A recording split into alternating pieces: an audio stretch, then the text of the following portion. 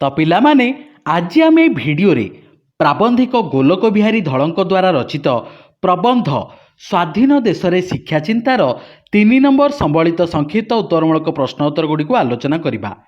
लेखा और लेखकों सूचना पाई 1 नंबर और उत्तर पाई 2 नंबर रही। बारंबार लेखा और लेखकों सूचना को आलोचना न करी सीधा सड़क भाव में उत्तर गुड़िक तुम मान सहित आलोचना करुच्ची। किंतु परीक्षा रे लिखिला बेले मनकरी तुमे माने प्रबंध और प्राबंधिकर नाम लिखिब, सेथिपाई तुमको 1 नंबर मिलिबो एवं उत्तर लिखिब।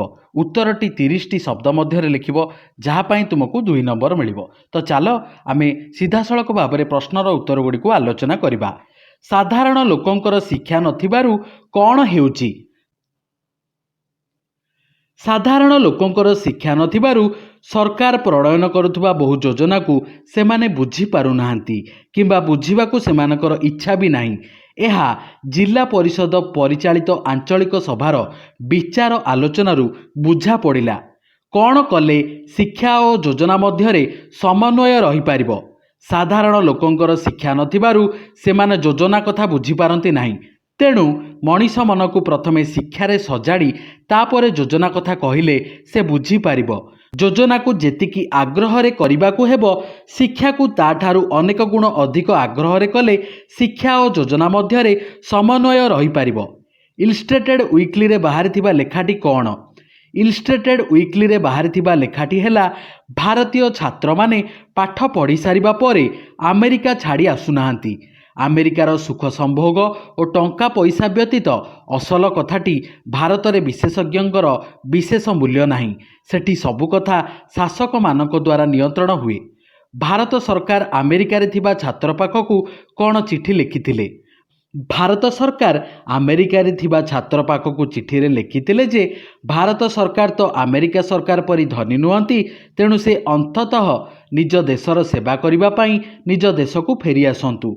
भारत वर्ष रे विशेषज्ञ मानकर कौनसी कथा करिबा पई काहेकि व्यक्तिगत उत्साह किंबा स्पृहा नहीं। भारत वर्ष रे विशेषज्ञ माने 15 वर्ष काम कले मध्य प्रथम पाहाचरू द्वितीय पाहाच को उठी पारंती नहीं। सेथिपाई विशेषज्ञ मानकर कौनसी कथा करिबा पई व्यक्तिगत उत्साह किंबा स्पृहा नहीं। भारत सरकार शिक्षा कमिशन बसाइबार कारण कौन? शिक्षार साधारण स्तर रे जेउ प्रकार अधोगति दिनकू दिन बढ़ी चली ताकू न रोकिले देशर अवस्था निश्चय शोचनीय हेबो। पुणी शिक्षा प्रसार बाहर को जेते बड़ देखा जाउथिले मध्य जेउ माने शिक्षा कथा बुझुचंती सेमाने अनुभव करुछंती जे शिक्षा राज्य रे एक निरुपाय अवस्था आसी पहुँचिलाणी। तेणु भारत सरकार परिस्थितिर निरीक्षण पई शिक्षा कमिशन बसाइचंती। पिलाटी प्राथमिक स्कूल रु नोट बही पढ़िले कौन हेबो?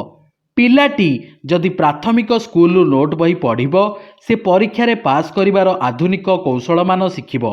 बहिर ज्ञान अनुसंधान न करी प्रश्नपत्र केउठी रहिछि सेही अनुसंधान रे समय नेबो। एहा द्वारा प्रकृत ज्ञानार्जन ता पक्षरे संभव हेबो नाही। जीवनटा केवल सिना संदेह रे आरंभ होई संदेह रे शेष हेबो, एहा केउ प्रसंग रे कुहा जाइछि। वर्तमान शिक्षा रे त्रुटिपूर्ण परीक्षा पद्धति और प्रश्नपत्र बिक्री अवैध आचरणरू भल फल करुथिले मध्य मानदंड कमी जाउछि। आजिकाली जदि कौनसी शिक्षा अनुष्ठान बहुत पिला भल फल करुछंती तेबे तांकु संदेह चक्षुरे देखा जाउछि। पाठ पढ़ार परिणति जदि संदेह हुए से पाठर मूल्य किछि नाही। एही प्रसंग रे जीवनटा संदेह रे आरंभ होई संदेह रे शेष होबो बोली कुहा जाइछि। परीक्षा विषय रे साधारण लोक आश्चर्य होबार कारण कौन?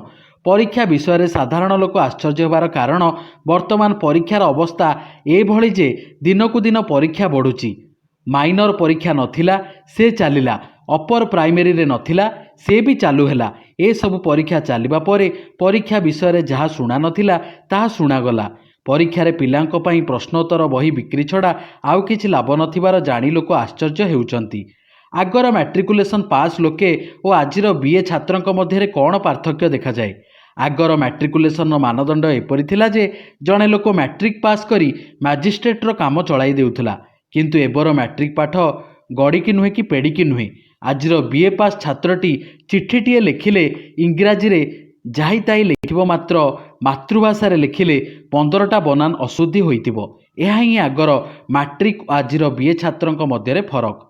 ବର୍ତ୍ତମାନ ଶିକ୍ଷା ଡିଗ୍ରୀ ସମ୍ପର୍କରେ ଆଉଟସାଇଡରଙ୍କ ମତ କ'ଣ? ଦ ଏମ୍ଏ ଇନ୍ ବେଙ୍ଗାଲୀ ଲେଖାରେ ଆଉଟସାଇଡର ଦର୍ଶାଇଥିଲେ ଯେ ଏହି ବିଭାଗରେ ଅନେକ ଲୋକ ପ୍ରଥମ ଶ୍ରେଣୀ ପାଆନ୍ତି।